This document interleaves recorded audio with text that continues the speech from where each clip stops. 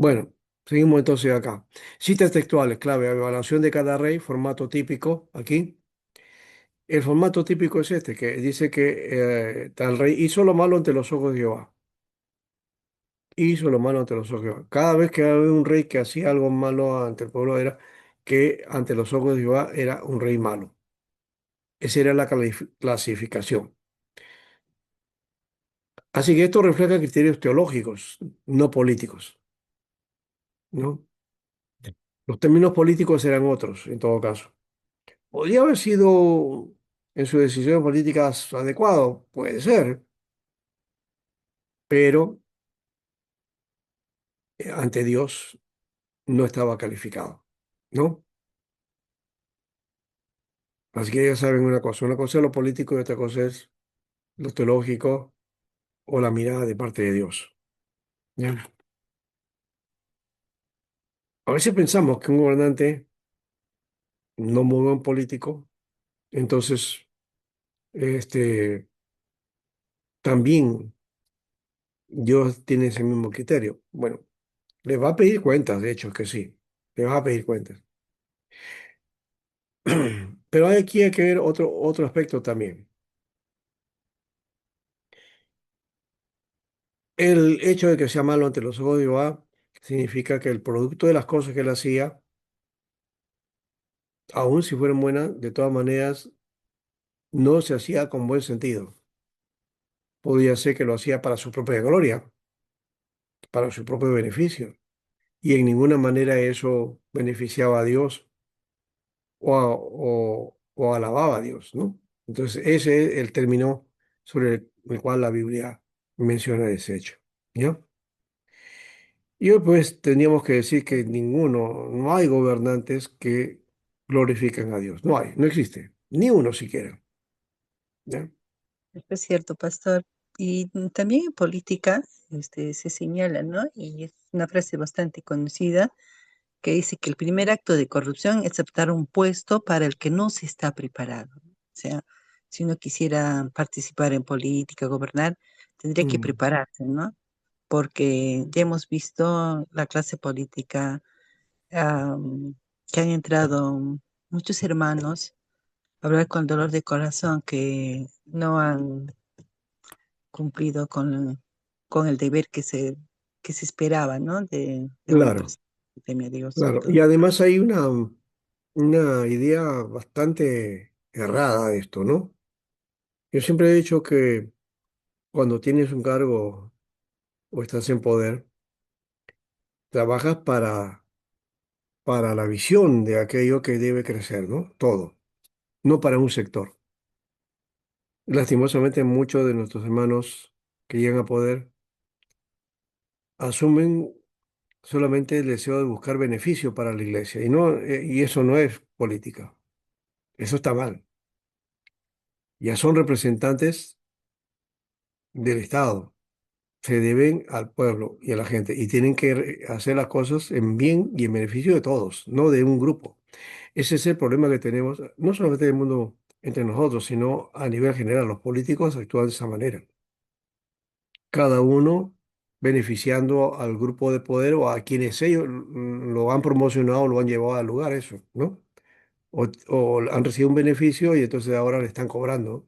Y por eso salen normas y leyes a favor del grupo que apoya, ¿no? O que lo apoyaron, ¿no? El grupo económico me refiero.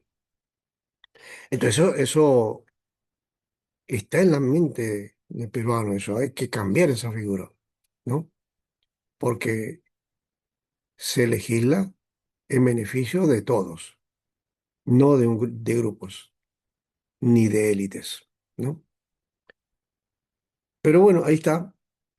La Biblia está entonces, habla también de este aspecto, ¿verdad? De lo político. Sí, habla. Los profetas, ahora vamos a verlo después, eso. La causa del exilio del reino del norte ahora. Dice, porque los hijos de Israel pecaron contra Jehová. ¿Y qué era el pecado? Porque ahí también viene el otro aspecto, ¿no? Nosotros pensamos que el pecado era, pues, bueno, fornicación, adulterio, borracheras, lascivia. Esos típicos pecados que nosotros llamamos pecado, ¿no? La parte moral. o lo que llamamos moral entre comillas, porque lo moral no es eso, tiene muchas otras cosas más. Entonces pensamos que una persona que se convierte tiene que dejar de hacer ese tipo de cosas y ya, ya está bien. Pero ¿qué de la difamación? ¿Qué de las coimas? ¿Qué de todo lo que hablamos acá, de que nuestra nación está acostumbrada a eso, ¿no? ¿No? Vas a una dependencia y dices, bueno, usted sabe, quiere que le mueva sus papelitos, pero bueno, usted tiene que portarse, pues, ¿no? Y este sabe que no sé qué, ya. Y esto le va a costar tanto, ¿no? Ya. Usted sabe, ya, mire, le voy este numerito por acá y ya. Así, ¿no? A escondida nomás, ¿no? No se preocupe por eso. Ya. Pero su papel va a estar tal tiempo, ya está. Y si le aceptas, ya entraste en el cuento, ¿no? ¿No? Entonces, eso es un pecado también. No le llamamos pecado, pero es pecado. Porque pecado para nosotros lo típico son aquellas cosas que la iglesia los nombra, ¿no? Pero sí hay pecados sociales. La injusticia, la pagar mal a los sus empleados, a los empleados, a los trabajadores, también es pecado. No cumplir con el deber que corresponde como en la parte laboral, también eso es pecado, ¿no? Entonces, el hacer injusticias también es pecado, ¿no? El ir ante juez y buscar que el juez te favorezca, también eso es pecado, ¿no? En fin, hay muchos otros pecados y no hay que estar con esa onda, pues, de que algunos ahora dicen, no, que si la hermanita se pintó, ya está pecando, que si no tiene pelo largo, ya está pecando, que si no usa la falda larga, ya está, ya es pecadora, que no sé cuánto, ¿no? Claro, no estamos hablando de que también, pues, haga con libertad y se muestre como libertad, no. Un equilibrio, por supuesto. Y también no pensando en la mujer solamente, ¿no? También el varón, ¿no? Mm. Yo me acuerdo de un hermano que hablaba acerca de eso, de un pastor que era muy así, radical con las mujeres. Y él le decía, y el otro pastor discutiendo le decía, ¿y tú por qué utilizas corbata? Le dice, ¿no? También la corbata es vanidad, le dice. También eso es pecado, le dice, ¿no? Ah, es para que se sientas bien, para que estés bien presentable. Las hermanas también se arreglan para estar presentable, dice, ¿no? La mujer tiene que presentarse bonita, ¿ya? Ya, al final creo que ni los dos sabían esta historia de que la corbata nace de esta historia que tiene que ver con los esclavos, ¿no? Que le ponían acá una cosa, ¿no? Y, y los llevaban, ¿no? ¿No? Bueno, seguimos. La caída de Jerusalén, Segunda Reyes 24:20, porque la ira de Jehová ocurrió en Jerusalén hasta que los arrojó de su presencia. Esto de la ira de Jehová es curioso, ¿no? Dios puede estar airado. Dios se aira hasta ahora. ¿Ha cambiado Dios? ¿O es que en el Antiguo Testamento nos muestra un Dios indolente, duro, castigador? Y el Nuevo Testamento como que nos muestra un Dios este, manso, tranquilo, que pasa por alto todo, ¿no? Y a veces pensamos que eso es amor, ¿no? Ah, amor es pasar por alto todo. Ya, el amor todo lo puede, dice, ¿no? Ya, no. Pero no es así, ¿no? La ira de Dios que se muestra en el Antiguo Testamento también está en el Nuevo. Si no, veamos el caso de Ananías y Zafira, ¿no? Un juicio sumario. O el caso de Herodes, como Agripa, ¿no? Como cae. Aunque ahí en el resumen dice que él murió este, lleno de gusanos, creo así, ¿no? Así dice el texto. Y ya parece como que eso ocurrió al momento, ¿no? Pero dentro de la historia se dice que no, que sí le dio una enfermedad fuerte, pero que padeció, ¿no? Y al final murió, ¿no? Le dio un problema, creo que en los intestinos, esa es la idea que ocurrió. Bueno. Tema teológico, acá, idolatría como raíz de la destrucción, ¿no? Por otro lado, el templo que no garantiza protección sin obediencia, ¿no? Que ese es otro lado. El judío y los israelitas habían pensado que el tener un templo ya era una garantía, ¿no? Entonces, una base religiosa. Ya tengo el templo, ahí está Dios, ahí ofrecemos nuestro sacrificio, entonces estamos protegidos. Pero no es así. Si no hay obediencia, no hay garantía de protección, ¿no? Jeremías dice eso, bueno. El pueblo decía, templo de Jehová es este, templo de Jehová es este. Con eso está diciendo, con eso estamos seguros, Dios está de nuestro lado. A veces hablamos así, ¿ah? Curiosamente he escuchado eso. Dice, somos pueblo de Dios, Dios nos protege, Dios nos cuida. Ah, pero ¿cómo estamos? Eso ¿No? justo Trump estaba diciendo, ¿no? Ahora sobre el atentado. Y dice, a mí Dios me protege, Dios me, o sea, me cuida, pero ¿es Dios quien lo cuida? Es la pregunta, la interrogante, ¿no? Claro, Y ya sabemos, por sus frutos los conoceréis, dice la. exacto, exacto. Sí es cierto que la Biblia dice que de la protección de Dios está bien, pero está el otro lado también, ¿no? La obediencia nuestra, ¿no? La fidelidad de la que estamos hablando, ¿no? ¿No? De andar en el pacto, ¿no? Esto habla de pacto, a la ley y también, por supuesto, es decir, a la Torah y también a el pacto de Dios, ¿no? La fidelidad, ¿no? Pastor, Y está luego, bien planteado sí, en Deuteronomio, ¿no? Dice, bendito sí, serás por entrar por la obediencia, pero también está bien claro, ¿no? Y como usted hacía el ejemplo de cuando a veces vamos a visitar un enfermo y, bueno, falta de conocimiento, la ignorancia o tantas cosas que puedan influenciar de interpretar mal esa escritura, o sea, un texto fuera de su contexto, pero lo claro es si nosotros obedecemos a Dios, gozamos de la protección, pero si desobedecemos, Dios mismo lo dice, ¿no? Así de sí, sencillo, pastor. así es, sí, Gracias. así es. Bien. También el exilio es juicio correctivo, no es abandono definitivo, porque Dios establece después la vuelta, ¿no? El final, liberación de Jeconías, según de Reyes 25, 27 al 30.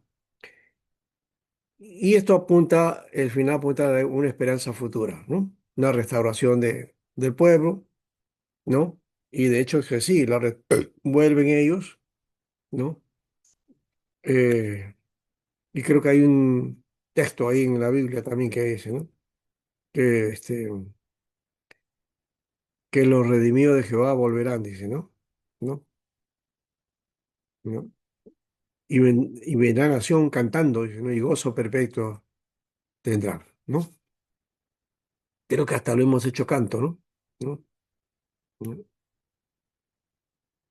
Muy bien. Aquí está justamente, esto es una bibliografía que hemos visto de este trabajo, que generalmente está en inglés, pero los autores son curiosos. Aquí aparece el nombre de lo que yo les estaba mencionando, ¿no? El sobrino de Esther, y estaba hablando de eso y me olvidé después de él, que nosotros lo conocemos como Mardoqueo. Mardoqueo es un nombre ya latinizado. El nombre hebreo es Mordecai. Mordecai. Es igual que el río Jordán, porque nosotros lo conocemos como río Jordán. ¿Sabe cómo se llama realmente? Yardén.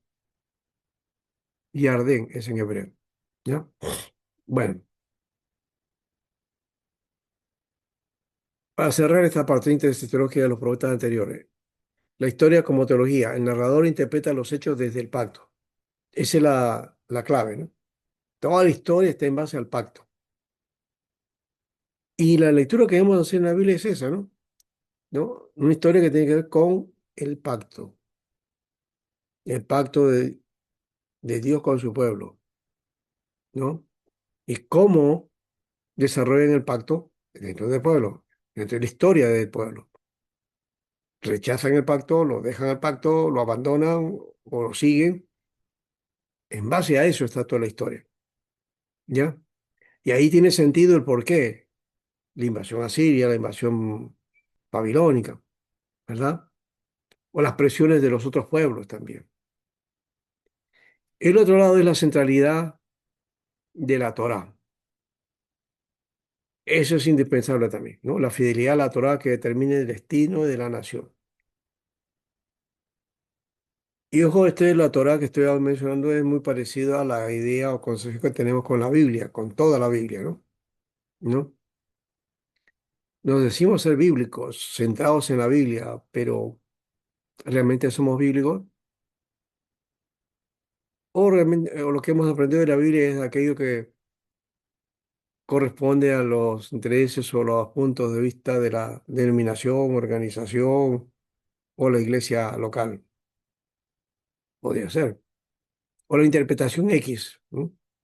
Hoy en el mundo evangélico ha invadido ya bueno, eso yo lo conocí desde que conocí al Señor, pues, esa idea escatológica del dispensacionalismo premilenial. Y es lo que ha invadido todas las iglesias. La mayoría de iglesias evangélicas tiene la lectura de la Biblia bajo ese criterio. Pero la Biblia se desarrolla bajo esos 7 procesos dispensacionales. No. La Biblia lo que tiene es una interpretación de los hechos desde el pacto y desde la fidelidad a la Torá. Ese es el sentido. El liderazgo humano es ambivalente por todos. Jueces fallan, Saúl falla, David y Salomón fallan, y los demás reyes también. Ya no los mencionamos, pero también fallaron, pues, ¿no? Y peor todavía, ¿no? Como algunos otros, como el de acá, que fue terrible, ¿no? Y acá fue un rey de paso muy endeble, ¿no? No sé si hay algo parecido a lo que tenemos hoy día, pero muy endeble, ¿no? La esposa hacía lo que le daba la gana. Ella dirigía todo y ella era la que rompía el asunto y, en la red. Y muy débil era, muy débil, ¿no? Un gobernante débil, pues no hay una dirección en el pueblo, no hay, pareciera que está en la deriva, aunque aquí ya no somos acostumbrados, creo aquí, ¿no? Tenemos las cosas están en piloto automático y funcionan así bien, sin necesidad de uno. Yo creo que si no tuviéramos un gobernante, de seguro que igual seguiríamos, ¿no? Claro, no tan bien como debería ser, pero ahí está la cosa, ¿no? ¿No? Muy bien. Entonces todos fallan, pues, ¿se dan cuenta? No hay uno que diga, este es bueno. Así que con eso no nos tapamos, de poco nos consolamos en el Perú, por si acaso, ¿no? No hemos tenido grandes gobernantes en el Perú, no. En toda la historia no hemos tenido ni uno siquiera, ni uno. Lo que pasa es que en la historia no se cuenta todas las historias, todo lo que hicieron, si se diera a conocer, wow. Yo he conocido, por ejemplo, este asunto del presidente de la época de la Guerra del Pacífico, y yo no sabía que se había ido, había viajado con pretexto de ir a comprar este armamento y que no se fue y nunca más volvió, ¿no? Esa historia la he conocido después, ¿no? En el colegio no nos contaban esa historia, ¿no? Pero en fin. Ahora, ya ve como verdadero rey, la monarquía solo funciona cuando se somete a Dios. Bueno, todo gobierno funciona si se somete a Dios. Ahí es donde dice, pues, cuando el justo gobierna, el pueblo se alegra, ¿no? El exilio no es el final, no lo es. La narrativa preparada o prepara la necesidad de profetas posteriores y la esperanza de restauración. Ahí va a venir la intervención de estos profetas que se va a llamar en la otra sección profetas posteriores. La mayoría son profetas eh, de lo que llamamos profetas menores, pero también están los mayores, ¿no? Vamos a ver eso. Y aquí tenemos entonces una lista de profetas del preexilio, profetas del exilio y profetas posexílicos. Los preexílicos está Isaías, Jeremías, Oseas, Joel, Amós, Abdías, Jonás, Miqueas, Nahum, Habacuc y Sofonías. Bueno, aunque Habacuc creo que está más para posexílico en realidad, ¿no? Pero bueno, ahí está la lista. Exílicos está Ezequiel y Daniel, que también debe estar dentro de la lista de los posexílicos, ¿no? Porque por ahí está su tarea.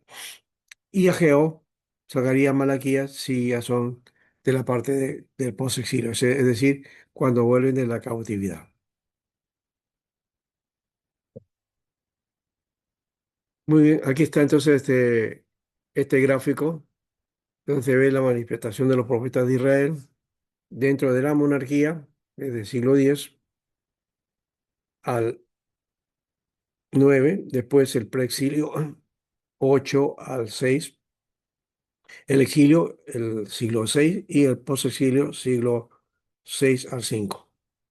Ya ustedes saben que los años, los siglos van bajando, ¿no? Cuanto más se va del camo va bajando porque esto es antes de Cristo, ¿no? Bueno, este es un acercamiento. No puede ser que varíen. Algunos ponen de otra dimensión, dependiendo tal vez si es el ministerio del profeta o el libro, cuando se escribió, que ahí cambia. Cuando se cambia, cuando es que se escribe el libro, va variando, ¿no? Ahí está la literatura. Esta es la que le estoy mencionando. O sea, aquí es el ministerio de los profetas, ¿no? Ya. Pero en este caso es la literatura profética, ¿no? En la época preliteraria, por supuesto, esto que está aquí, en la época de la monarquía, siglo X al IX, no escribían. Esto no escribieron, ¿no? Sí aparecen algunos nombres, sí, pero ellos no escribieron propiamente. Después todos los que tienen literatura, ahí está, pues, Amós, Oseas, primero Isaías, Miqueas, Jeremías, Ezequiel, segundo Isaías. Esto está desde la perspectiva del documento, ¿no? El texto, el libro. Joel, por ejemplo, Jonás y Daniel, que es más o menos en el segundo siglo, ¿no? El escrito aparece por ahí. La historia cuenta la historia de cuando ellos están en Persia, ¿ya? Pero el libro aparece más o menos por el siglo II.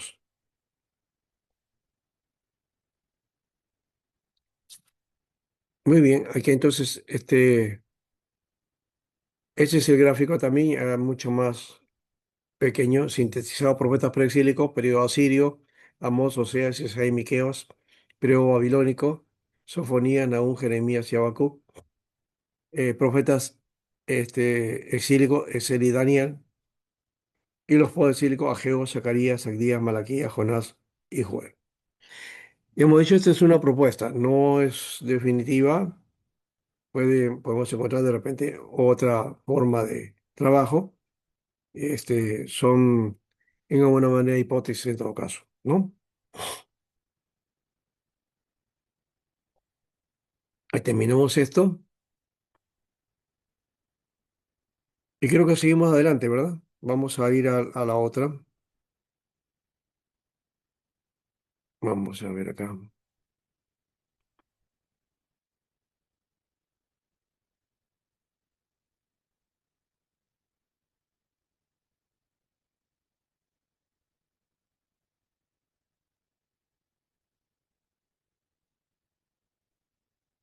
Un ratito.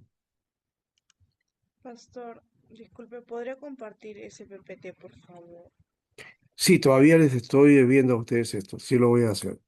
¿Ya? Sí, pastor. Déjenme tiempo, Gracias. porque todos son varios, no es uno solo.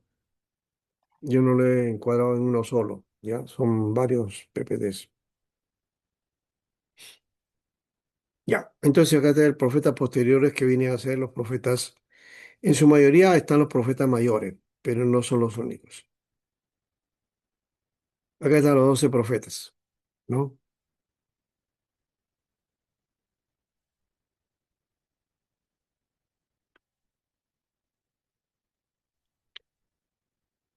En esta parte hablamos de, no sé si todo esto es los profetas menores, en realidad, ¿no? Pero aquí ha faltado Isaías, Jeremías, que hemos hablado también, de alguna manera, ya, que están dentro de la lista. O sea, si vamos a mirar nosotros nuestro cuadro que hemos estado desarrollando en su momento, vamos a encontrar que sí,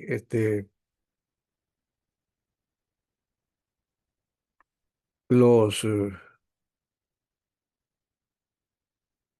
estos profetas, ¿no? Están de una gama dentro de la historia, ¿no? A ver,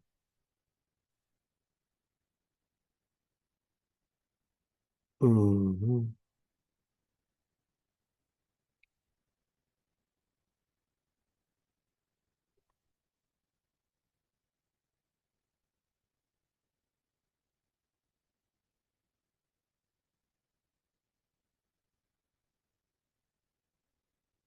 Sí, ¿ve?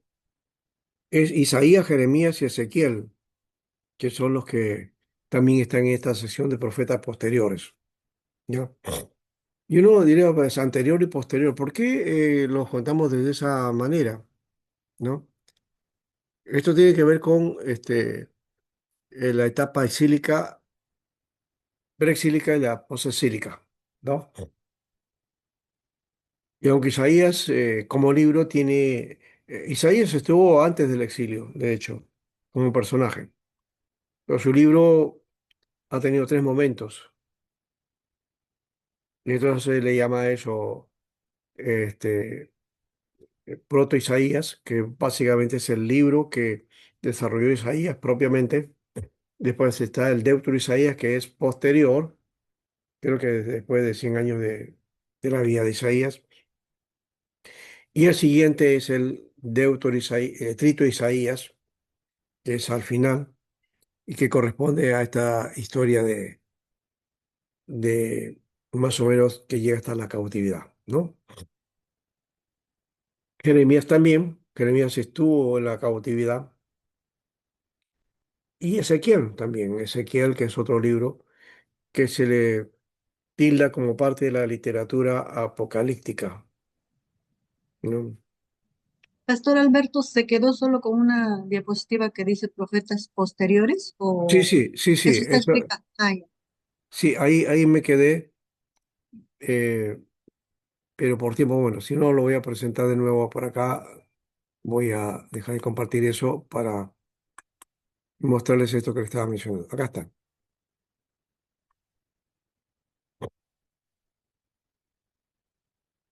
En esta división, entonces ahí vamos, se ve claro, ¿no?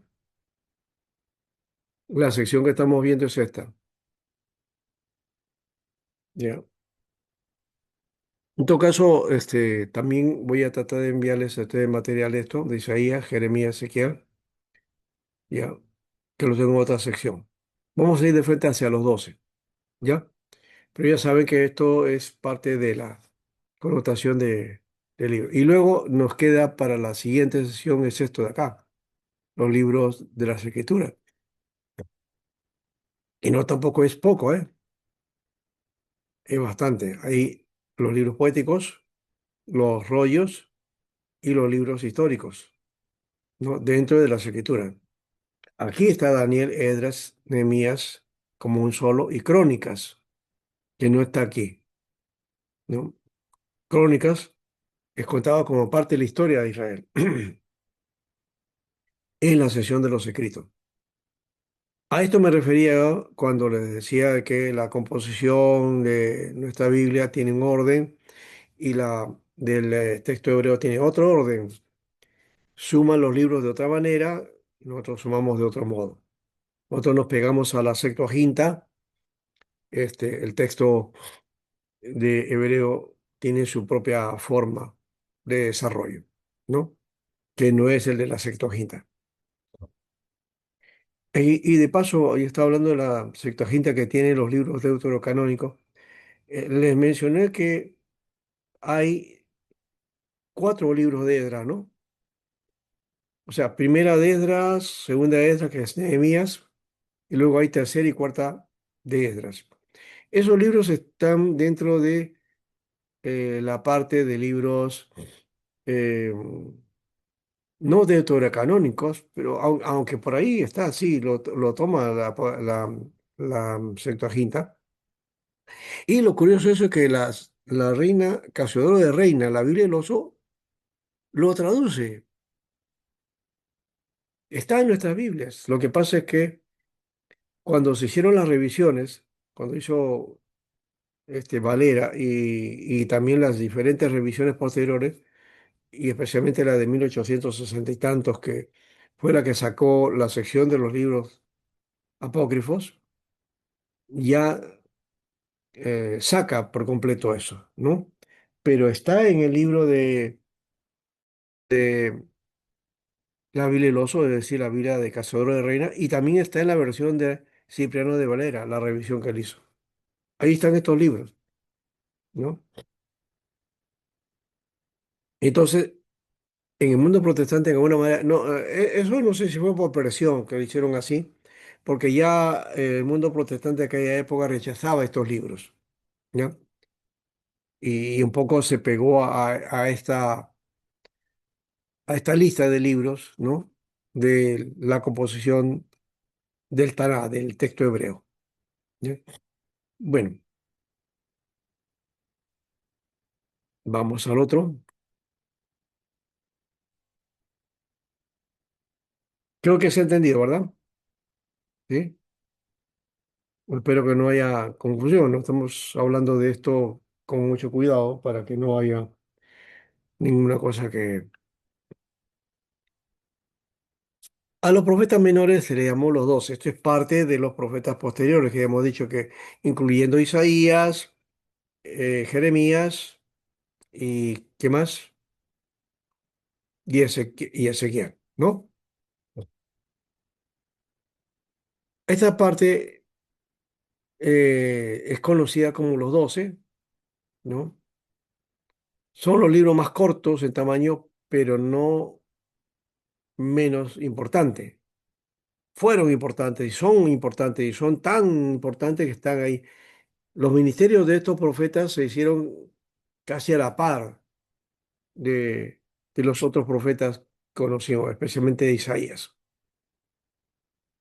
Estos también, por otro lado, hablan de las profecías con respecto a la venida del Mesías, la venida del Espíritu Santo, la instauración del reino mesiánico, el hijo de David, ¿no?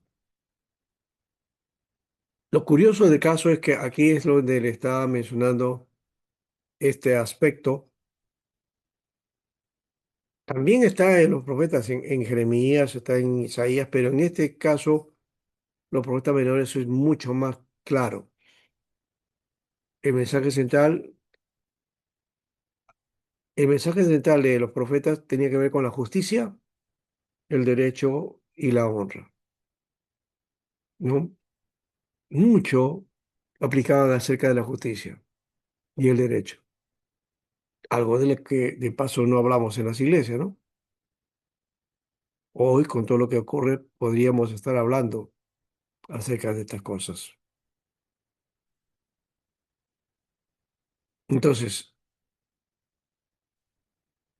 pero no están a secas esto de la justicia, el derecho y la honra, sino están unidos a la misericordia y actos de corrección, ¿no? No corrupción, sino actos de corrección, ¿no? De conducta del pueblo.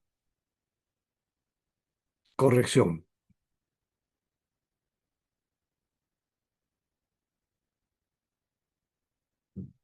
Por eso que a estos profetas se les conoce como profetas sociales, porque tenían esa característica.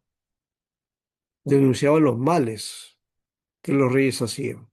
Los sacerdotes, los profetas, no siempre eran lo mejor.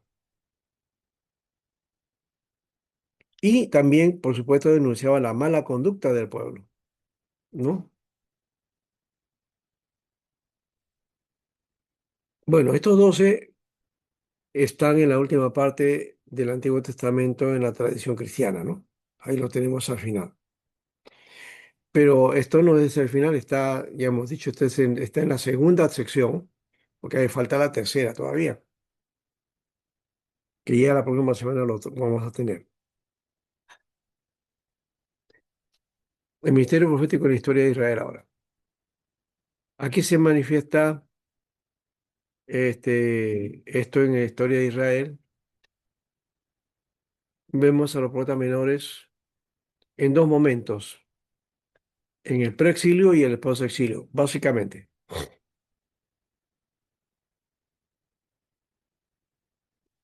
Y ahí es donde se muestra el mensaje y la participación de Israel.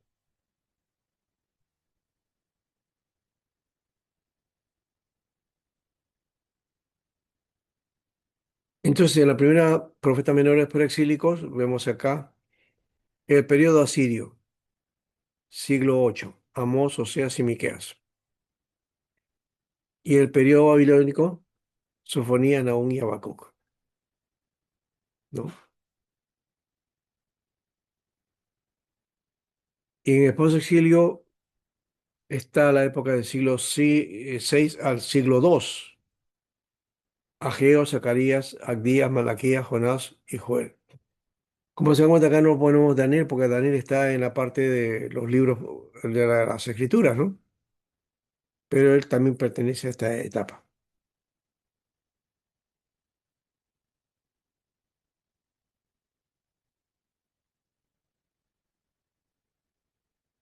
Entonces, los de Precilio, aquí está. Este es el cuadro que me está indicando más o menos el tiempo de cada uno, ¿no? De los que correspondían a la época del Imperio Sirio y los que eran de la época de Persia.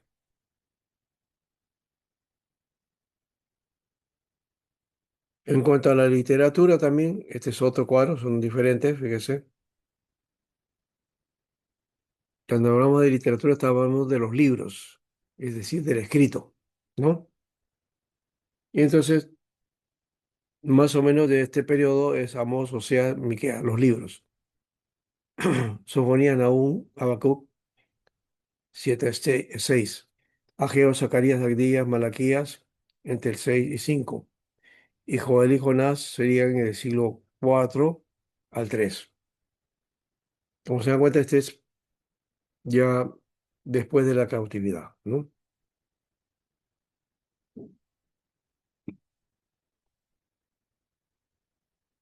Entonces, el preexilio viene a ser la historia de Israel antes del exilio y de las amenazas de expansión de los imperios. ¿Mm? Ellos vivieron en diferentes situaciones, ¿no? En la tierra donde se establecieron, ¿no? Por orden de Dios,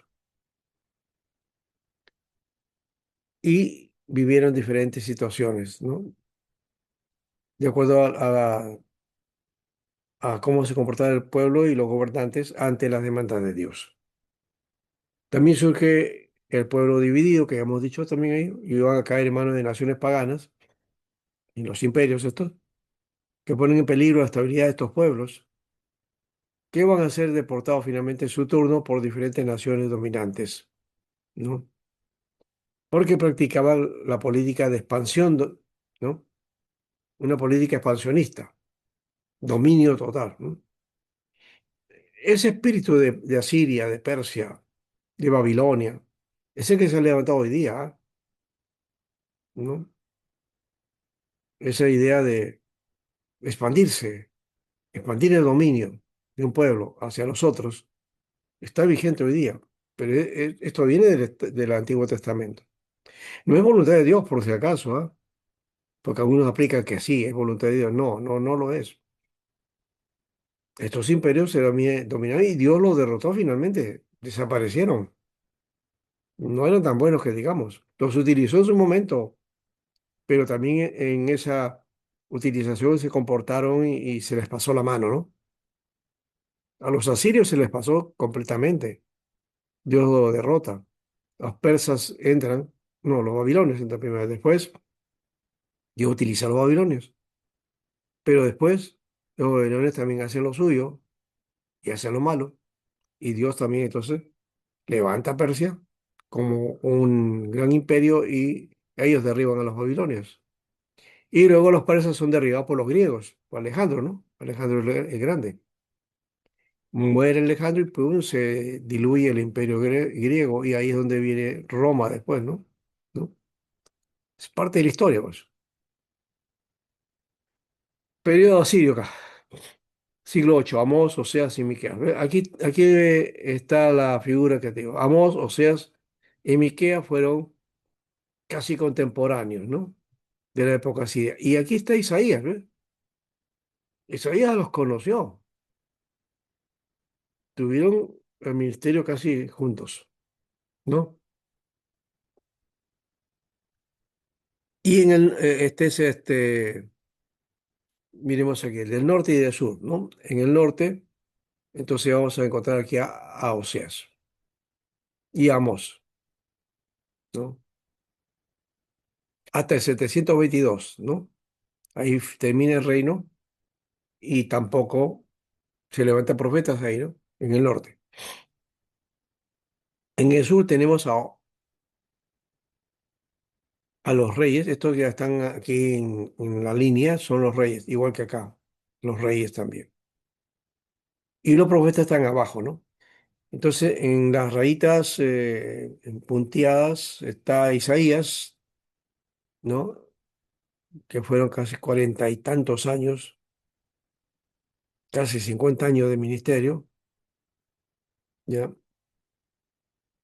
Y está Miqueas también aquí, ¿no? Que es en la línea anterior, están todos juntos, ¿no? Entonces, en la línea del Reino del Norte están algunos profetas y en el sur están otros profetas, ¿no? En el norte está Amós y Oseas. En el sur está Isaías y Miqueas, ¿no?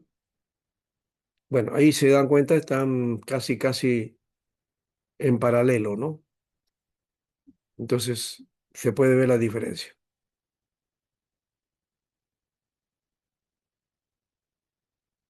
Eran profetas porque sabían de las situaciones políticas que vivía la nación y respondían a eso también. O sea, había una respuesta política también. Y eso se denota que Dios también está preocupado por esos asuntos. No es solamente un asunto tan laico como algunos dicen, no, es un asunto secular del todo. Lo secular es las decisiones que tomamos, sí. Que después Dios al final va a pedir cuenta de todo eso. Pero Él está preocupado por todo, ¿no? Antes eso, por eso que dicen Romanos que, no, Pablo habla a Timoteo, ¿no? Que haga rogativas, ¿no? Para que haya paz y que los pueblos pues prosperen, ¿no? Bueno, Amós, Osés y Miqueas, entonces aquí están, ¿ya? Bueno, hay unas cualidades particulares de cada uno de ellos aquí que no lo vamos a tocar, ¿no? Solo Amós, que fue profeta del norte, ¿no? Oseas también, ¿no? Y él por lo menos tiene un mensaje de parte de Dios, una orden de parte de Dios bastante extraña, ¿no? De casarse con una mujer que no era la más adecuada, diríamos así, ¿no? Pero ese era el modelo que Dios le estaba planteando en la vida de Oseas para Israel, ¿no? Para mostrar a Israel la condición en que estaba frente a Dios. Miqueas, entonces, que es parte de la parte de Judá, ¿no? Este, es de Moresec, un pueblito del centro mayor. Parece que era un anciano del campo, es posible que sí. Mm.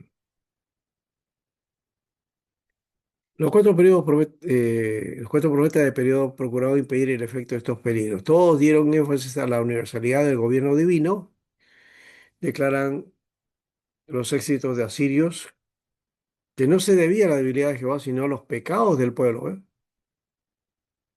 O sea, Dios utilizó a este pueblo como una especie de justiciero, ¿no? Ellos castigaban a su pueblo, eh, usando a este pueblo para que lo domine, ¿no? O se imponga. Todos procuraron inculcar al pueblo en un concepto más adecuado del carácter de Jehová, cada uno dando énfasis a la frase del carácter divino que él consideraba mejor acomodaría y a la generación de él. Entonces estos profetas contextualizaban, ¿no?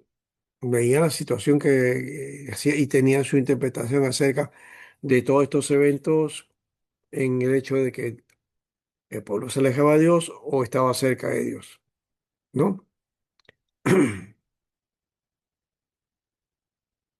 Y de eso vienen las derivaciones de cosas o situaciones, ¿no? Hoy, por ejemplo, es eso que ocurre también, ¿no? No tenemos, no salimos de nuestros problemas, pero esperamos y orar para que algún día tenemos tiempos mejores. Objetivo del ministerio profético, mensaje distintivo, ¿no? Ahí están los cuatro, Amós, Oseas, Miqueas y Ezequiel. Destacan en que en la enseñanza profética tiene que ver con la separación de Dios primero, ¿no? Separados para Dios. Y eso implica dejar la apostasía religiosa y el formalismo religioso, ¿no? Que es lo que denunciaba. Por otro lado estaba la injusticia social, ¿no? La injusticia social. La separación de Dios por apostasía religiosa, el formalismo religioso y la justicia social cuando había ostentación de opulencia, lujo fastuoso, pero también había injuria, latrocinio, explotación, ¿no? Y de paso mucha pobreza también, ¿no? Algo que llama la atención en nuestro caso, hablando de la justicia social, es que a lo largo de estos años se ha hablado de que el Perú ha cambiado y la economía está bastante estable y somos una nación que económicamente está muy bien, ¿no? Y ha habido cambios en eso, ¿no? Antes la cosa era terrible, fuerte, pero curiosamente que ese cambio económico no ha cambiado la situación de la mayoría de la población, ¿no? Que sigue empobrecida. Y hasta diríamos que estén más pobres de lo que eran antes. ¿Mm? Así que esa idea que algunos tienen y dicen que vamos a hacer como Venezuela o como Cuba o como Nicaragua, vayamos nomás a los barrios alrededor y nos damos cuenta cómo está la situación, ¿no? Hay poblaciones de gente que vive en la miseria, que vive, y esa idea de que algunos viven con 10 soles al día, ¿no? Que dijo una expresidenta, ¿no? No es una cosa normal, pero sí hay gente que con menos de eso está, pero es que no es lo normal, pues. Eso causa anemia, debilidad, no hay, ¿no? Y eso no se cuenta, no se habla, no decimos nada. Pero si hablamos de que estamos en una economía obviante, grande, pero eso llega a los demás, no llega. Llega a un grupo que está arriba nada más, pero a la gran mayoría no. Y eso es justamente lo que ocurría en Israel, ¿no? Unida a la lujuria, la torsión, la explotación, también esa explotación era pobreza, miseria, ¿no? Hay un profeta que inclusive dice ahí, ¿no? Que venden a los esclavos al obrero por un par de zapatos, dice, ¿no? ¿No? Así literalmente dice el texto. Entonces, increíble, ¿no? El hecho de que hasta la pérdida de identidad, de dignidad también se había dado en esa época, ¿no? En esa injusticia social. Bueno, lo tercero es el juicio divino, la responsabilidad de Israel, infidelidad que obliga al castigo. ¿Mm? La Israel infiel, la esposa que fornica con otros dioses, ¿no? con otros esposos, decía, que adultera, dice, ¿no? De ahí viene justamente de este comportamiento y actitud que tenía Israel, de ahí viene ese concepto de adulterio y fornicación. No es que Dios esté básicamente pensando en el asunto sexual, sino está comparando esos actos sexuales ilícitos frente a la conducta que tenía el pueblo para con Dios, ¿no? Y la llamaba la ramera, ¿no? Al estilo de la mujer de Oseas. Y Oseas, ¿qué hace? Va y Dios le dice, ve, anda al mercado, compra a tu esposa, sácala de la esclavitud, vuélvela y tómala como esposa de nuevo. Eso muestra la misericordia de Dios, que Dios está dispuesto a traer a Israel en su miseria y en su condición negativa, ¿no? Bueno, Israel no entendía mucho de eso, tampoco como a veces no entendemos, ¿no? Cuidado con eso. Infidelidad que obliga al castigo. Y luego la gracia regeneradora. Llaman al pueblo al arrepentimiento, ¿no? Ezequiel 18, 30, 32, y proclaman el perdón divino. Esta es otra característica de los profetas. No quedan con la denuncia de la injusticia, del pecado, de la maldad. No solamente anuncian juicio de parte de Dios, también viene la declaración de la gracia regeneradora, la esperanza, ¿no? Y por eso llaman al arrepentimiento, ¿ya? Y proclaman el perdón que Dios ofrece, ¿no? Esos son los ingredientes del mensaje de la enseñanza profética, ¿ya? De este sector. Bueno, aquí esta parte es de un curso en realidad. No sé si lo voy a dar todo completo para ustedes. Este es para profetas menores, ¿ya? Cuando llegue su momento vamos a estudiar esto también, ¿no? Especialmente los libros. Así que lo que vamos a hacer es tratar de repasar un poquito, ¿les parece? ¿Ya? Vamos a olvidar toda esta parte, vamos a ir más bien a este aspecto. Am, Algunos dicen que este es el profeta más antiguo de los profetas escritores, mm, probablemente más o menos del 830 antes de Cristo. Es de la época de la devastación por la langosta, la sequía y el fuego. Eso que habla aquí, Joel, de la langosta, el revoltón, el saltón, son en realidad un insecto del campo en sus diversas etapas, ¿no? Es como cuando podemos hablar de la mariposa y del gusano ese, ¿no? El gusano es una etapa y luego de gusano se convierte en mariposa. O algo parecido es esto, sería como el saltón, la langosta y todos ellos, ¿no? El revoltón y todo eso. Que esa era una cuestión que daba en Israel mucho, o sea, se daba esto. Era una plaga que venía de tanto en tanto, ¿no? No sé si esto fue como hace, creo que el año pasado, el año pasado hubo en Piura una plaga que no recuerdo exactamente cuál era, pero hubo una plaga ya, que estaban en la ciudad, en todos los lugares aparecieron insectos. No me acuerdo qué tipo de insecto era. Bueno, acá dice, algunos opinan que la langosta representa al ejército invasor y que no es literal. Lo literal sería el hecho de que esto sí se producía, ¿no? Sí había estas plagas, de hecho que sí. Pero también se puede tomar de una manera figurada, ¿no? sé, un ejército invasor que aplasta. Y hacia eso creo que va Joel, hacia eso apunta, ¿no? Entonces no es tanto el fenómeno en sí mismo de la plaga, sino el significado de lo que hacían ellos en base a lo que este ejército invasor, en este caso a Siria, ¿no? Estaba realizando. Eran terribles. Donde iban arrasaban, ¿eh? No dejaban nada, ¿ya? Eran muy despiadados. Igual que la langosta, pues, ¿no? Mensaje, la reina de las naciones y gloria y la gloria final de la causa de Jehová, el día de Jehová. Ese es el mensaje de los profetas. Ese día de Jehová debía de ser de destrucción a los enemigos de Jehová, pero de salvación para los que confían en él. O sea, tiene doble sentido, ¿no? Destrucción al enemigo y salvación para su pueblo.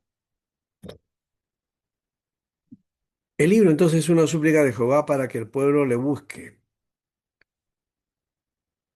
Aunque es muy lóbrego, empieza muy así, pero termina con claridad, ¿no?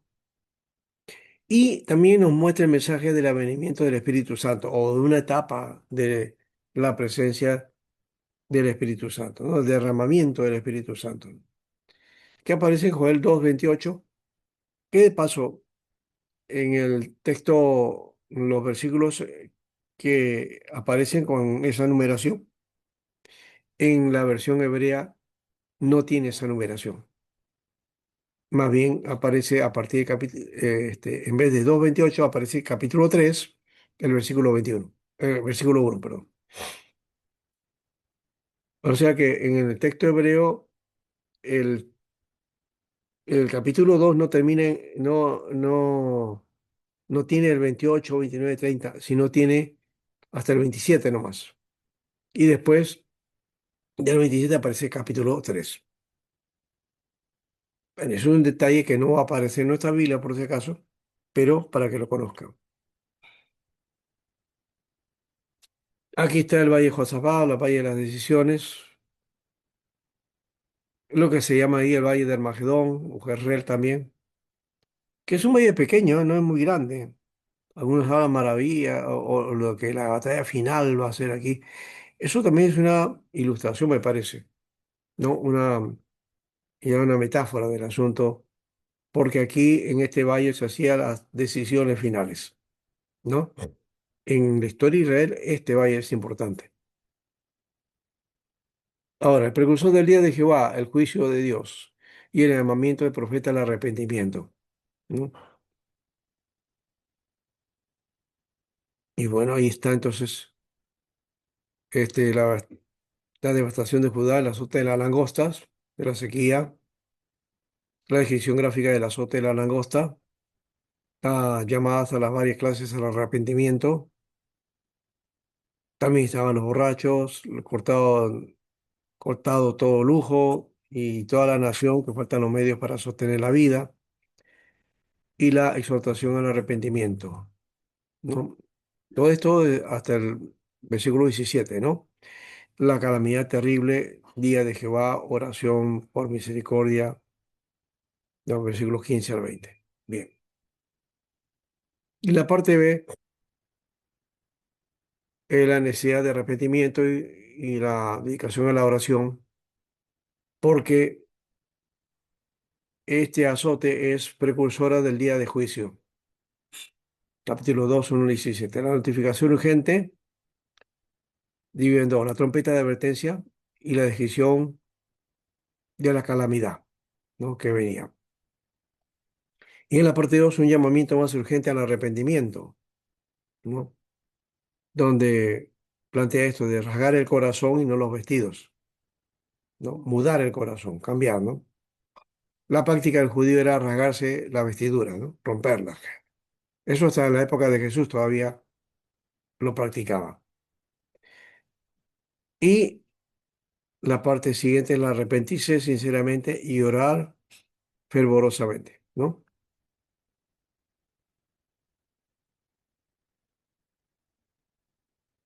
Luego el juicio de las naciones, han de ser vengados todos los males cometidos contra el pueblo de Jehová. Los enemigos más amargos han de sufrir el castigo más severo. Y la gloria del pueblo de Jehová, la paz y felicidad de Israel al final contrasta con la desolación de sus enemigos. Y luego la glorificación del pueblo de Jehová, la felicidad de Israel al final contrastada con la desolación de sus enemigos, ¿no? Este es entonces lo que hemos visto de Joel. Vamos acá a Díaz, que es Obadía, ¿no? Siervo de Jehová, adorador de Yahvé. Es de la época de los edomitas, ¿no? Los edomitas descendientes de Saúl, ¿no? Y es un mensaje de Edom, ¿no? Había una enemistad entre Edom e Israel. Edom negó el paso de los israelitas en su camino a Canaán, números 20, 14 a 21, y durante la monarquía Edom luchó contra Israel y Judá. Cuando Babilonia destruyó Jerusalén, los edomitas aprovecharon la desgracia de Judá, saquearon la ciudad y capturaron a los israelitas que huían para entregarlos a los babilonios, ¿no? Se portaron mal, pues. Así que este libro habla de profecías contra Edom, ¿no? Acá está Edom, Idumea. De ahí viene los Herodes, pues, ¿no? Los Herodes eran idumeos. Así que unos reyes edomitas reinaron en Israel, curiosamente, ¿no? Eso es para la burla de ellos. ¿Y quiénes lo pusieron? El César lo puso, ¿no? El Imperio Romano puso a los Herodes, ¿ya? Y creo que lo hicieron así para burlarse de Israel. Bueno, dos posturas principales sobre la fecha del libro. Unos dicen que es el 848 al 841 y otros el 586. Eso quiere decir que el primero durante el reinado de Joram en Judá, cuando los filisteos y árabes iban a Jerusalén con la ayuda de Edom. O el 586 después de la destrucción de Jerusalén por Babilonia, cuando Edom traicionó a Judá. En los dos actos está ahí Edom interviniendo. Cualquiera de ellos podría ser. Aquí la mayoría de los estudiosos favorecen la segunda fecha porque coincide con el tono de juicio contra Edom, ¿no?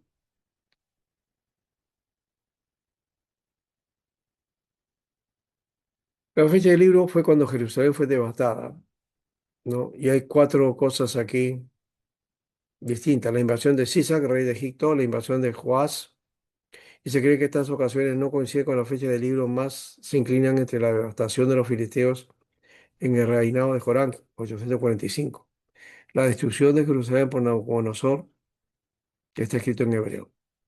Al final, no se sabe cuándo vivió Abdías, puede haber sido contemporáneo de Osea, Joel, Amós, o que viviera durante la cautividad también, ¿no? Hay dos etapas, ¿no?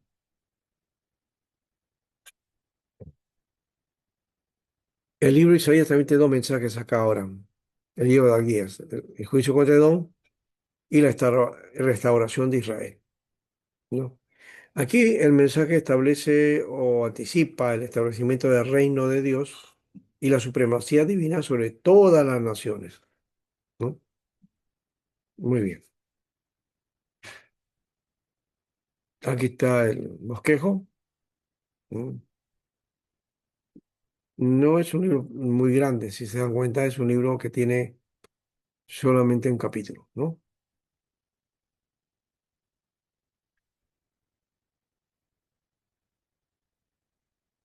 Edom confía en su geografía montañosa y en sus alianzas políticas, ¿ya? Pero Dios le decía, aunque te remontes como águila y aunque entre las estrellas pongas tu nido, de ahí te derribaré. Mira lo que dice el Señor, ¿no? Amos. Perdón, a Edom. Eso se recordó lo que decía Jesús, ¿no? Que el que se humilla será, perdón, exaltado y el que se exalta será humillado, ¿no? Dios se opone a los soberbios y exalta a los humildes. Es un principio que está en el Antiguo Testamento, pero también está en el Nuevo Testamento. Está ahí. Y es permanente, es para nosotros también, ¿no? Hoy, el enaltecerse, el enorgullecerse, el que creerse mucho es tal día.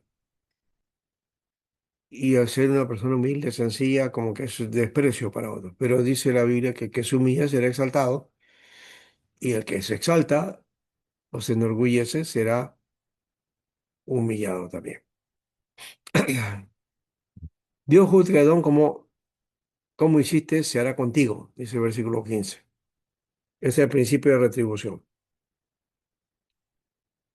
Eso muestra que Dios es justo y castiga el pecado de manera equitativa, ¿ya? a que corresponde y le merece, pues ahí está, es retributiva, ¿no? No es distributiva, ¿no? La esperanza para el pueblo de Dios, a pesar de la destrucción de Judá, Dios promete restaurar a su pueblo y hacer justicia contra sus enemigos. Y por eso el versículo final dice que el reino será de Jehová, que apunta a la victoria final de Dios sobre las naciones. Y esta profecía se cumple en Cristo, que es el que va a establecer su reino eterno, ¿no? Bien. Y ahí está lo que le estaba mencionando, ¿no? La conexión con el Nuevo Testamento, el orgullo y la humildad que Jesús enseña, ¿no? El día del Señor también es otra referencia que aparece en el Nuevo Testamento y es clave en el mensaje evangélico. Y luego Jesucristo como Rey, la profecía de Isaías 21 sobre el reino de Dios, que encuentra su cumplimiento en Jesús. El Mesías reinará sobre todas las naciones. Dios es justo y soberano sobre todas las naciones. Eso es lo que debemos recordar. Que para los arrogantes Dios los advierte que la soberbia conduce a la caída. Y los oprimidos Dios les traerá justicia y restauración. Y para todos nos recuerda que al final el reino será de Dios y que Él gobernará sobre toda la tierra, por encima de todo. Bueno, esto como una aplicación, yo creo que eso lo vamos a dejar para para el curso, ¿no? Cuando llegue el curso. Vamos ahora. Un profeta que no era de la clase sacerdotal de Tecoa. Su nombre es cargador, el que carga, o el que pone una carga, o el que es cargado, o que lleva cargas. Tecoa era un pueblo de Judá a 6 millas, menos de 10 kilómetros al sur de Belén, ¿m? Y 12 al sur de Jerusalén. Una tierra desierta, ¿no? Su oficio parece que era pastor de ovejas llamadas Nacac, unas ovejas pequeñas pero robustas, y que recogía también higos silvestres, por eso dice que era boyero, ¿no? Higos silvestres. Eso no significa que era de una condición pobre, era un comerciante, parece, que tenía un cierto nivel. Y de hecho que sí, porque era un hombre que tenía un intelecto y una capacidad, se demuestra en el texto, tenía conocimiento de lo que llamaríamos política internacional, sabía de geopolítica, ¿no? Era una especie de, ¿qué miramos? Un especialista en asuntos internacionales, ¿no? Así que Amós, si viviera hoy día, estaríamos viéndolo en la televisión, ¿no? Lo entrevistaría mucho, porque tenía un conocimiento bárbaro de la realidad. Eso muestra una cosa, porque a veces pensamos que un profeta, pues, simplemente con recibir palabra de Dios y ya está. No, este también conocía la realidad, está empapado de la situación, ¿no? Política internacional, sabía de todo, de economía, de historia, ¿no? Sabía cómo estaban las naciones, qué estaba sucediendo. ¿Mm? Primer gran reformador, no era de la escuela de profetas, porque no había, digamos, se había capacitado, preparado para eso. Y parece que su ministerio fueron más que 3 meses, pero miren, ha quedado para la historia, ¿no?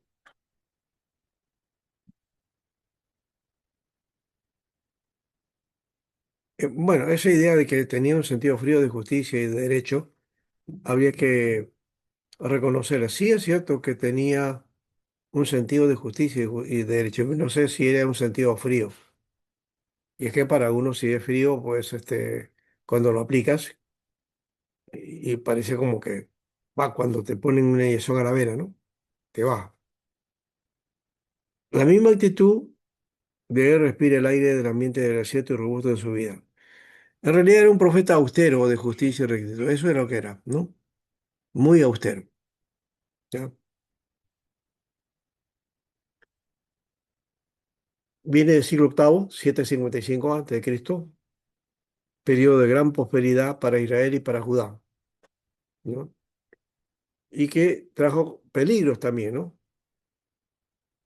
La religión de Jehová fue amenazada por dos peligros: la corrupción moral y religiosa, debido a los conceptos erróneos tocantes al carácter de Jehová, y los éxitos de los asirios, que para muchos eran evidencia de la superioridad de las deidades asirias. Y esto podría causar apostasía de Jehová, ¿no? O apostasía contra Jehová. Dos aspectos que hay que tomar en cuenta, ¿no? La corrupción moral y religiosa. Ah, y la superioridad de las divinidades. Ujú, muy bien.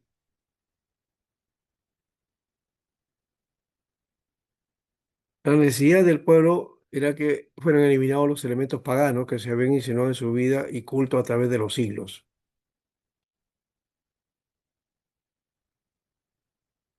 Y por eso los profetas se dispusieron a esto, ¿no? Al encuentro con Dios. Revivieron el ideal mosaico. Enseñaron al pueblo la naturaleza esencial de adoración verdadera. Y sobre todo hablaron, claro, sobre la justicia y, y no hacían el caso de ver los privilegios especiales para Israel, ni de ritos ni de ceremonias. Lo que requería era una vida santa, consagrada. Moralizaron la religión y no solamente la moralizaron, sino que también la universalizaron, ¿no? Porque, porque no era Dios de Israel solamente, ¿no? Sino de Israel, Dios de todo el mundo.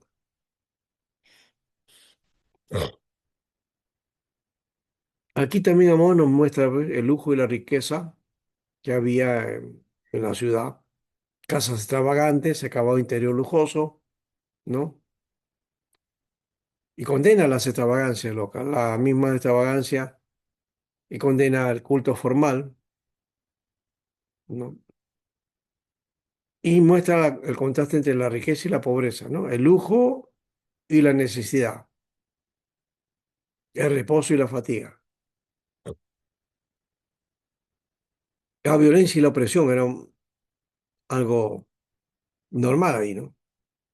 Riqueza y lujo de los ricos fueron obtenidos por la violencia y el robo, por oprimir a los pobres, por negociar deshonestamente y por recibir cohecho y presentes. Miren, hoy día Amós, si lo leemos hoy, apuntaríamos hasta nuestro contexto. Igualito es. Todo lo que ocurre ahora es lo que ya Amós lo explicaba, ¿no? Y bien que deberíamos predicar eso, ¿eh? Pero nos llamarían locos, ¿eh? Un loco Sí. profeta se ha levantado por ahí hablando cosas contra el pueblo, contra la gente. Pero es que hay que hacer despertar a la gente, pues, ¿no? La situación es grave, muy grave. Pastor Alberto, Sí, en Amos 5:24, cuando dice que corre el juicio como las aguas, ¿qué se refería a eso? te refería a que el juicio caía, pues, no se hacía la justicia adecuadamente, ¿no? Sino que se iba, ¿no? ¿No? Corría y no llegaba al que le correspondía, sino que a los que podían aprovechaban de ella. Y especialmente siempre los que tienen el poder, los que tienen la economía, los que tienen influencia son los que se beneficiaban de esto, no al pueblo no le llegaba, ¿no? Entonces había mucha opresión, mucha violencia que se producía por esa injusticia, ¿no? ¿Ya? Entonces los jueces no aplicaban justicia adecuadamente, ¿no? Todo tenía que ver con al mejor postor, a ver cómo está. ¿Cómo es la cosa? ¿No? No he escuchado por ahí, hace uno echado atrás, no decía un fiscal, un juez, a ver, ¿cuánto quieres que te rebaje la pena? ¿Cuánto das? ¿Cuánto quieres? ¿3 años? ¿5 años? ¿2 años? Eso se ha escuchado, que hemos olvidado eso. Pero así se trataba la justicia en el Perú. Y no sé si todavía se sigue haciendo eso, ¿no? ¿No? Las mujeres no eran mejores que sus maridos, pues demandaban las mismas extravagancias. Las cortes eran corruptas, se practicaba inmoralidad sin sentir vergüenza. Los mercaderes perdían la paciencia y cuando eran interrumpidos por los días religiosos, ¿no? ¿Por qué? Porque no querían esos días religiosos porque ahí perdían, pues, no había comercio. Bueno, aquí está entonces Judá en esa época, ¿no? Que está Edom abajo, está Moab, Amón, Samaria e Israel, ¿no? Aquí está la profecía contra las naciones, porque Amón no solamente predicó contra Judá, predicó contra todas estas naciones que hemos mencionado, ¿no? Tiro, Siria, Filistea también. A ver si hay algo más.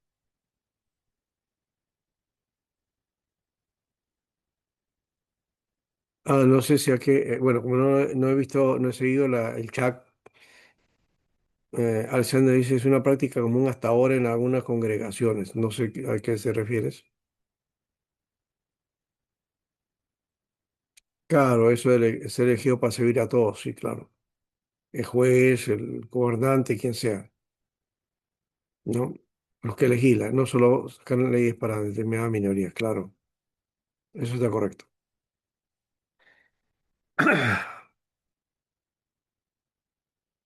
La principal importancia de Amós fue que consiste en su mensaje de perdición, sino en la suficiencia con el que moralizó el concepto de religión. No estaba preocupado por la perdición en sí mismo, que es un tema que tenemos nosotros, ¿no? ¿Está salvo o no es salvo? Esa es nuestra preocupación. No nos preocupa otra cosa, no nos preocupa si come, si no come, si se educa o no educa, si vive en un buen lugar o no, eso no interesa. Lo importante es que sea salvo, ¿no? Hemos espiritualizado el mensaje. No estoy diciendo que la salvación no es importante, pero la salvación no es solamente el componente de salvar el alma, es todo, toda la vida humana, todo el ser humano. Por eso los profetas indicaban estas cosas. Si no, no lo hubieran predicado. ¿Qué necesidad estarían hablando de meterse en problemas ahí de contra el pobre, contra la opresión que hacen estos con los otros? ¿Mm? A veces pensamos de esa manera, ¿no? Yo recuerdo un hermano que decía una vez enseñando estas cosas, me decía, pero pastor, nuestra preocupación no es estas cosas sociales, hay que salvar las almas, se están perdiendo, esa es nuestra finalidad. Lo otro, eso ya no, eso hay que dejarlo para que se resuelva, ese asunto secular. Pero aquí los profetas menores me indican otra cosa. ¿A quién le hago caso? ¿A los profetas menores o a esa idea de que, bueno, hay que predicar el mensaje y ya está? ¿No? Creo que ambas cosas van, claro, pero este otro es el que menos se predica o muy poco se practica. Muy bien. Para él no reconocía el valor de los misterios sacramentales, aparte de la obediencia moral, y no admitía lugar para la casta. Es que se formaban ahí castas, pues, ¿no? ¿No? Niveles de jerarquías. A Amós no le gustaba eso, pero a Dios tampoco, por si acaso, ¿no? La exclusividad o el privilegio especial en la religión hay que tener cuidado, ¿no? Cuando ya uno comienza a ser cuasi adorado, ¿no? ¿No? Yo recuerdo que un pastor muy conocido aquí en Lima, salió un video en internet, así que lo pueden ver, creo que por ahí está, donde los hermanos estaban esperando la entrada del pastor. Y hacían hicieron como columna, ¿no? Para un lado y para otro lado, así. Y un montón de hermanos se han acostado. Y en eso viene el pastor con su esposa, ya, pasando y todo el mundo, como si fuera, yo me imaginaba a Jesús cuando estaba entrando a Jerusalén, ¿no? Algo parecido. Dándole loas al pastor y otros de rodillas. Y es que, digo, ¿cómo permite eso? ¿No? Esas cosas son las que justamente este Amos denostaba, ¿no?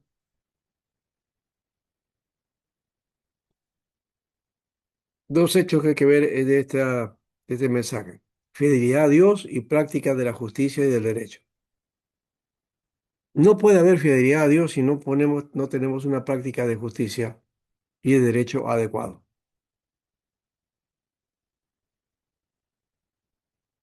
Así que la idea de perdición en Amós y en los profetas generalmente es más grande que la de alguna calamidad en particular. Detrás de todas las amenazas de los profetas había la idea de algún juicio mundial, ¿no? O un juicio universal. Muy bien, ahí nomás lo dejamos en esta parte. Los demás detalles los vamos a hacer para cuando esté ya el curso en sí mismo. No sé si nos va a tocar todavía. Está Oseas también, del Reino del Norte, ¿no? Por el año 750-722,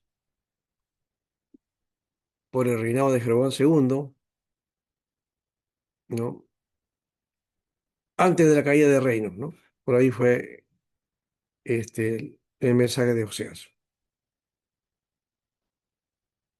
Y ahí está la figura que les dije, ¿no? Oseas utiliza su matrimonio con Gomer, una mujer infiel, ¿no?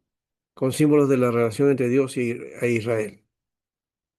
Israel había caído en la idolatría y la corrupción moral, pero Dios seguía llamando a su pueblo al arrepentimiento. Una historia de amor, en alguna manera, es este amor. El amor y la fidelidad de Dios frente a la infidelidad del pueblo.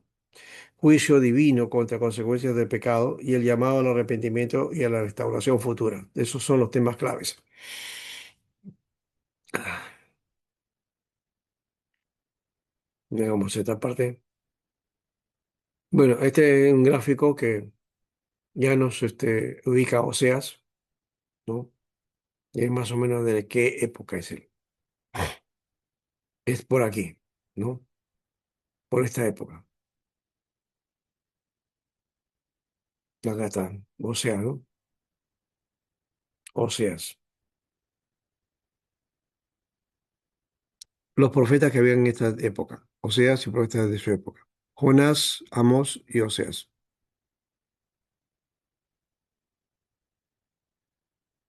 Y aquí está el bosquejo, el matrimonio de Oseas como símbolo del amor de Dios, llamado Oseas y matrimonio con Gomer, infidelidad de Gomer y restauración simbólica.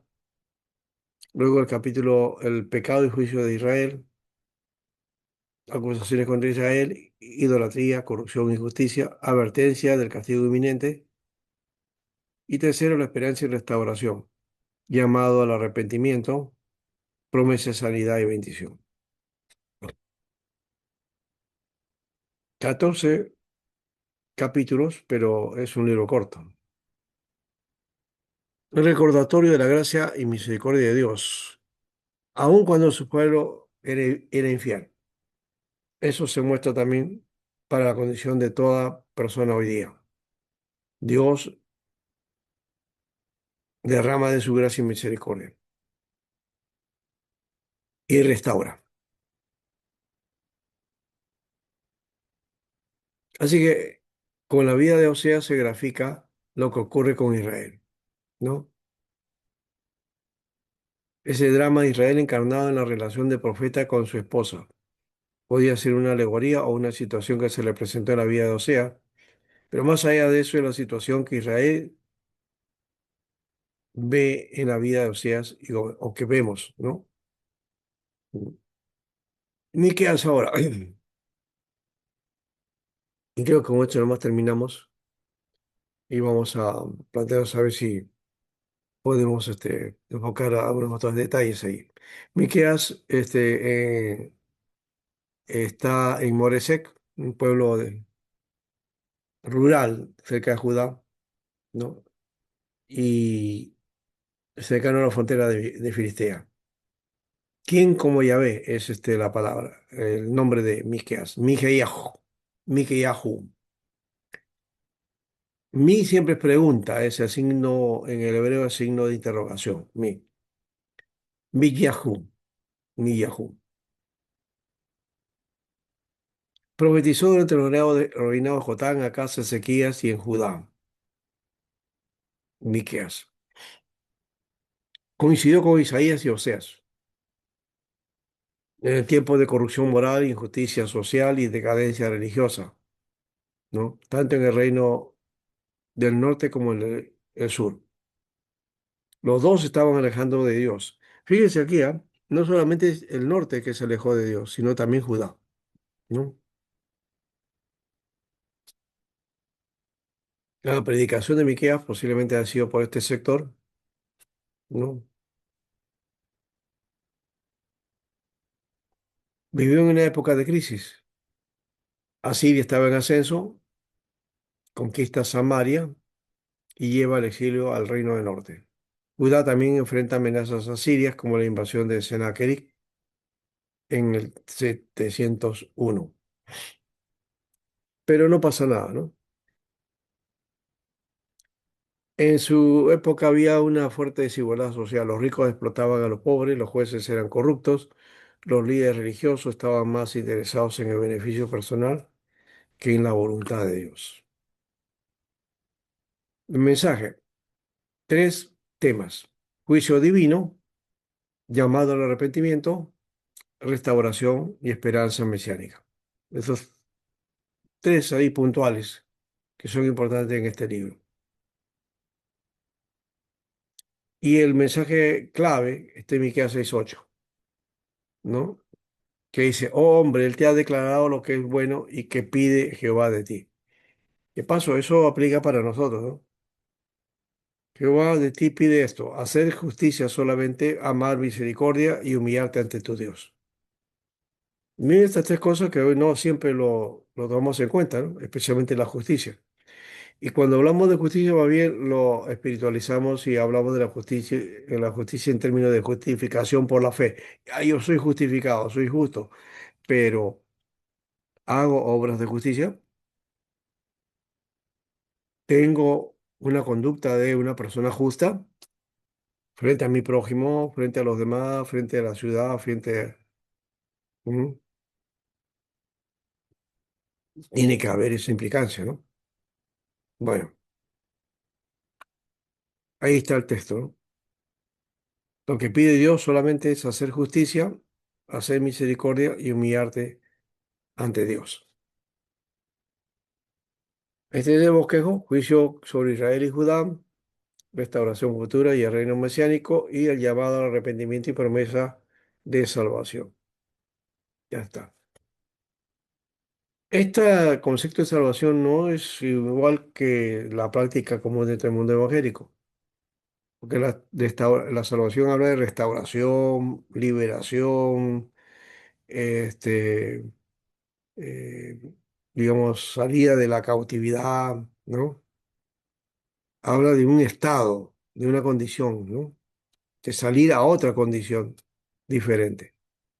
De eso habla, ¿ya? Entonces no se reduce la salvación a términos solamente de salvar el alma, ¿no? Ese es una énfasis que hacemos nosotros en nuestras iglesias, y yo estoy hablando en general, no de la presbiteriana, sino de la iglesia evangélica en general.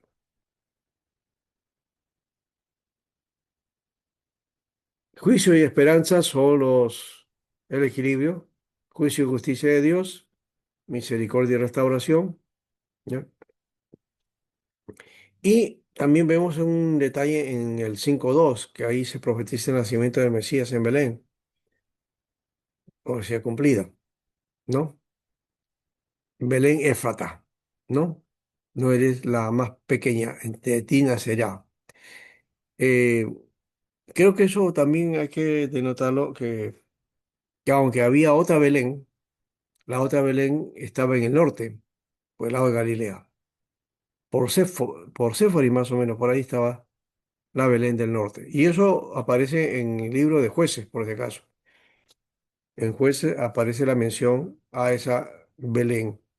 Algunos por eso dicen que Jesús nació en Belén, sí, pero la Belén del Norte. Pero muchos de los datos coinciden con que el hecho de que Jesús nació en Belén, pero Belén de Efrata, es decir, la Belén de Judá.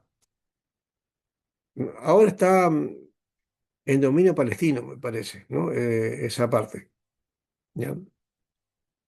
Por eso que algunos dicen, no, Jesús es palestino. No, no, no, no. Belén está en Palestina, pero en el primer siglo no estaba así, no era de Palestina.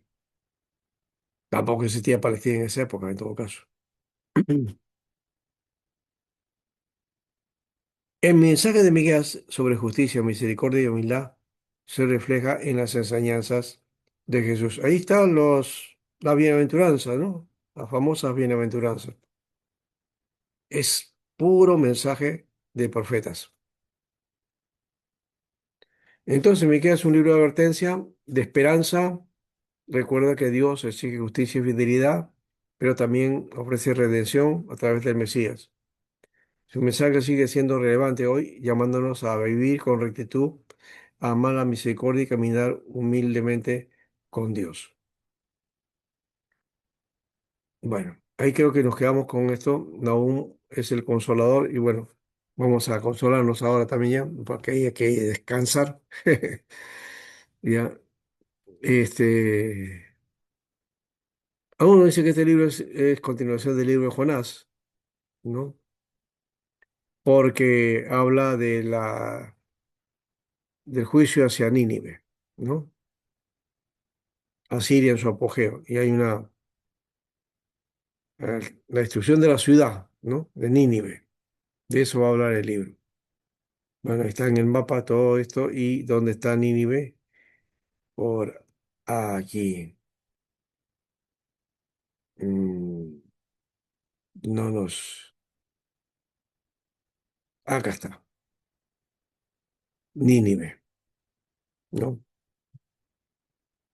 Toda esta zona le llaman la zona fértil o la media luna fértil, donde aparecieron los sumerios, los babilonios, los Mari, Asiria, los medos, los persas, en fin, estuvieron dominando todos estos territorios. Bien, ahí dejamos por ahora, ¿ya? Porque ya tenemos la hora avanzada, ya es 12:15, ya es la hora de descansar, ¿ya? Muy bien, gracias hermanos, Dios les bendiga y estamos viendo la última clase la próxima semana, ¿ya? Y este recorrido que estamos haciendo así rápidamente, cada detalle se va a dar en el curso que corresponda, ¿ya? Pentateuco, pues un curso aparte, el Antiguo Testamento, Pentateuco, y el otro es libros históricos, luego libros profetas mayores y luego profetas menores, ¿ya? Así que esa es la forma que tenemos en la currícula del seminario, ¿ya?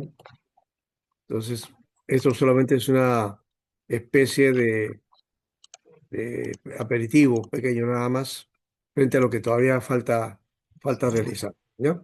Pero sí es bueno de todas maneras conocer a estos libros desde esa perspectiva. Gracias, hermanos, Dios les bendiga. A usted, profesor, Gracias, pastor. Buenas Buenas noches, noches. Pastor, pastor. buenas Buenas noches. noches a todos. Ya, Buenas noches, pastor. Muchas gracias. buenas noches, bendición. pastor. Buenas noches, pastor.